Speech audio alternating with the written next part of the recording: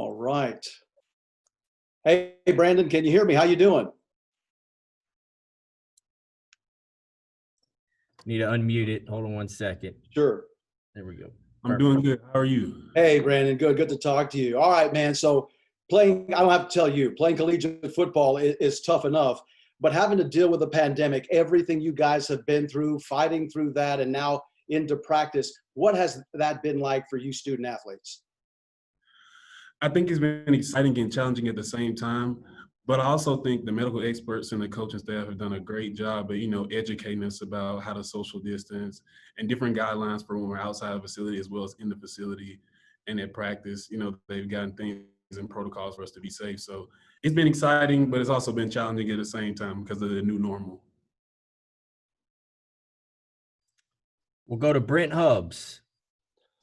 Brandon, can you talk just a little bit about the thought process in playing? We're seeing a lot of guys around the country opt out. You've obviously had some injuries, and you're long in the tooth in your college career. Can you just talk about kind of your personal thought process with the summer and then going into the fall camp and playing this year?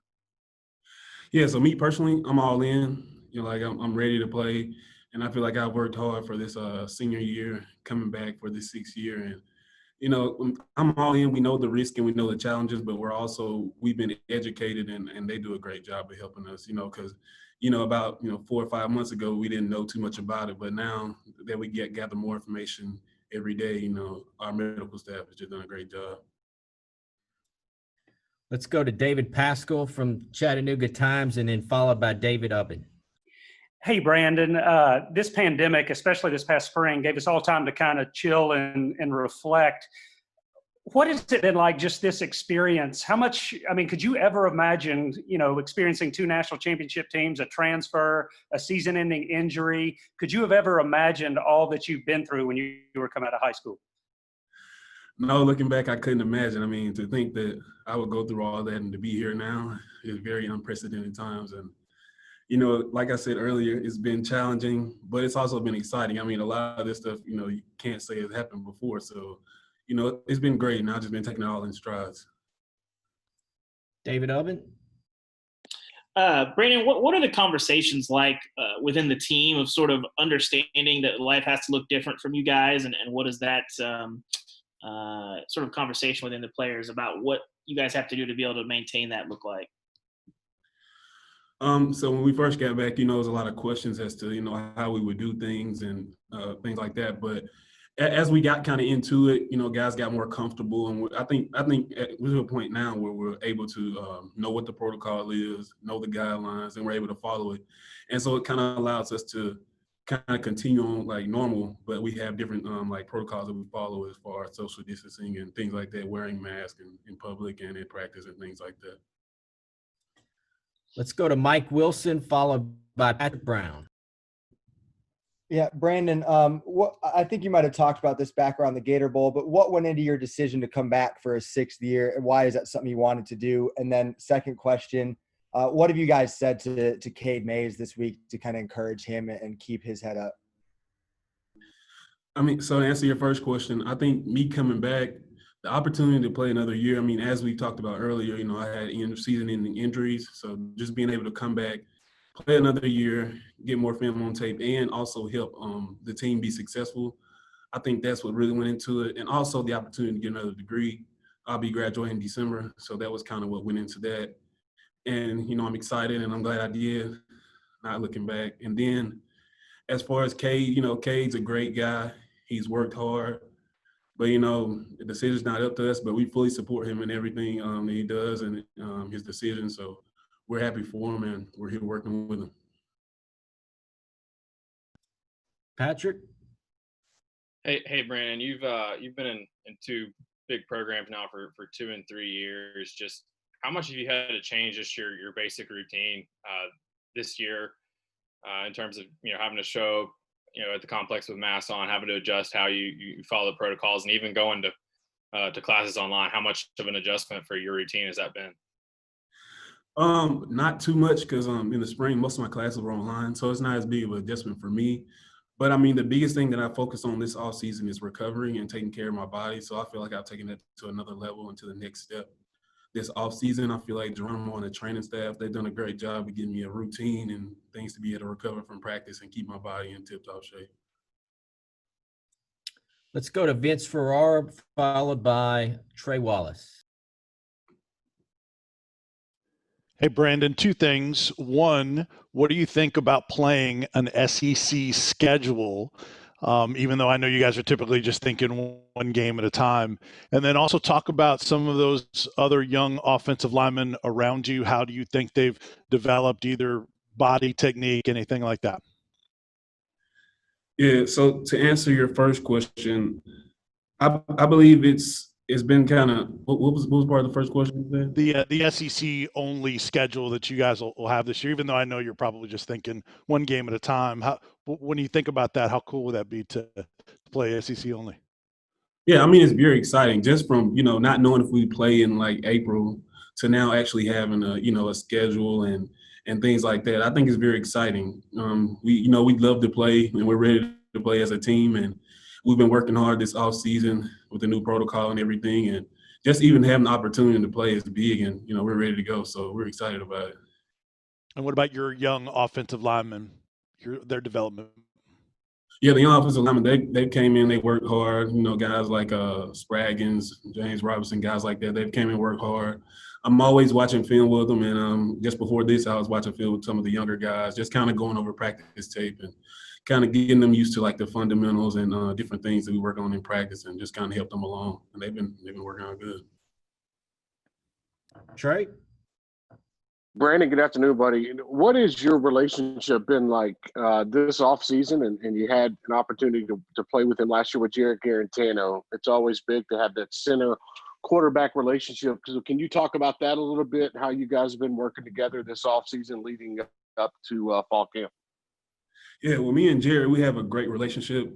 We worked hard this offseason. I know we watched a lot of film together in the spring of just different opponents and things we could improve on last year. And, along with him and also other quarterbacks, we just started kind of watching more film and just trying to see like what we can improve on as far as whether it's communication or technique or anything like that, snaps, anything. So that's kind of working with him and the others.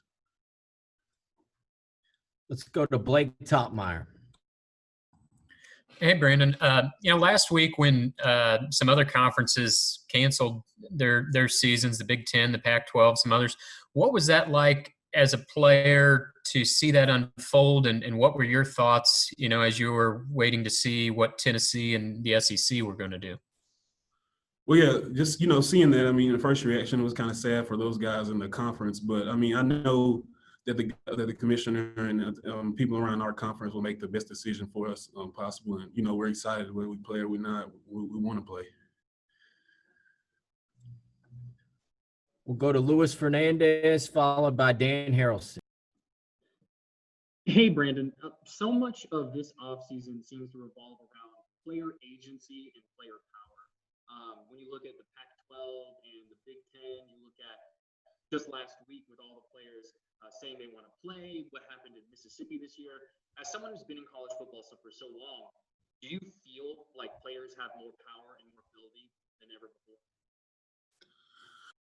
Well, I mean, to answer your question, I feel like, the players have a voice, and it's great, for players to kind of speak up now. And I think the times in the past 4 or 5 months with all the things that's happened, it's kind of allowed, players to use their voice in a positive way. And I feel like, they're doing a good job with it. So that's how I would answer that. Dan? Hey, Brandon, you mentioned another degree. I believe you have a master's degree in sports psychology. Are you working on another one past that? And have you thought about maybe what you may do with that life after football? Yeah, so life after football, I want to go into sports psychology. So I want to become like a licensed sports psychologist and I do work with an NFL or college team just to kind of give back and help athletes. But yeah, to answer your the first question, I'm working on an ag leadership degree right now. So within that, we're talking about different servant leadership principles and how to communicate and kind of get guys and kind of bring guys along. So that's been helping a lot with me as an older guy and having to, deal with a lot of younger guys and kind of help them along. So I feel like it served me well.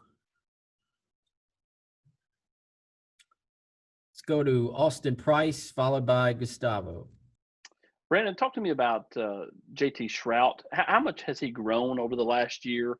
A guy that was kind of, at the bottom of the depth chart, at this point a year ago, to a guy that, I think the coaches feel like is a serviceable guy that can step in and make plays now. Where have you seen him grow, and kind of what's that relationship like with him?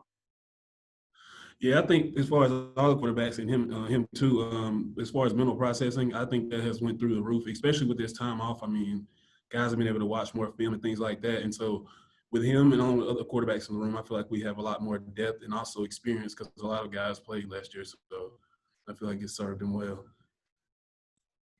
Gustavo? Brandon, I know how senior games can be very special, and this year is going to be against Florida as the last game of the season at Neyland. Have you thought about, how I know that we don't know who's going to happen, but did you thought about your senior game against Florida in Neyland Stadium, how special it can be? Yeah, I think that would be real special, being able to be in that atmosphere and play one last time in Neyland Stadium. I think it'd be very exciting and, hopefully we'll be able to have fans or whatnot. But, if we don't, I'll still be excited. Just being able to play one last time is very special to me in Neyland Stadium. And does it changes against like the Florida Gators since, the Florida Gators have been a rival and, it's the biggest rival of Tennessee? Yeah, most definitely. You have a little more, but I mean, this year since we have all SEC schedule, we got to approach every game the same. Every game is almost NFL like, so you have to be able to come with your A game every game this season. Time for a couple more. We'll go to David Ubben and then Patrick Brown. Brandon, when you guys were not inside the program for those 3 months when you were shut down, what were some of the biggest challenges that you had to deal with, or some of your teammates had to deal with during that time?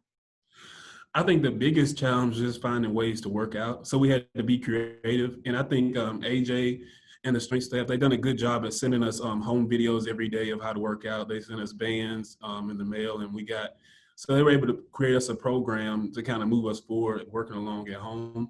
I think that was the biggest thing. And also another challenge that we had to overcome was Zoom meetings. So at first it was kind of weird because we never did it before. So Zoom meetings, we have like team meetings on Zoom, and we also had like position meetings. So I think that was kind of a challenge at first, but we kind of got used to it after we figured out how to work it, and we were able to watch film with the coach, and it almost felt like, we were in a room because we were able to do the same thing we would if we were on campus. Patrick? Brandon, you guys obviously have a pretty experienced offensive line, a lot of guys back. I know you guys probably eager to get the pads on and start hitting some people, but what's just been the attitude and the mindset for this offensive line the first couple of days of practice, and what are you guys trying to accomplish then, and how much do you think this group kind of what did you guys work on and focus on during some of the OTAs and the walkthroughs that you guys had before you started practice? I think our biggest thing that we focused on was probably fundamentals. I mean, so, this year we're incorporating a lot of new things. So I think fundamentals was the biggest thing. And then things that we kind of improved upon from last season, I kind of talked about a long time ago, but just communication and being able to get everyone on the same page. That's kind of the things that we were focusing on. And so if we can improve upon those things, I think we'll be great. Is that some new schemes that you're talking about, or what are some of the new things you mentioned? Just like new techniques, and like looking, as we watched the film last year, we kind of figured out like some new ways to do things to kind of help us better ourselves and also help the team in the offense. So I think, now that we included that, I think that'll make us even better as an offensive line. Last question, Blake Topmeyer. Yeah, Brandon, you mentioned earlier, hopefully fans will be there for these games. You guys fuel so much off the fans. Have you thought about that? What it's going to be like to play a season? They're talking right now about 25% capacity at Neyland. How different is that going to be for the players with a stadium only being 25% full? Yeah, I think that'll be an interesting dynamic for us, and it'll be something new. But I think the main thing and the biggest overall thing is just being able to play. Like I said, we all want to play, and we're all in. But it'll be interesting. So it'll be something we have to adjust to. But regardless, we're going to go out there and give it all for Tennessee.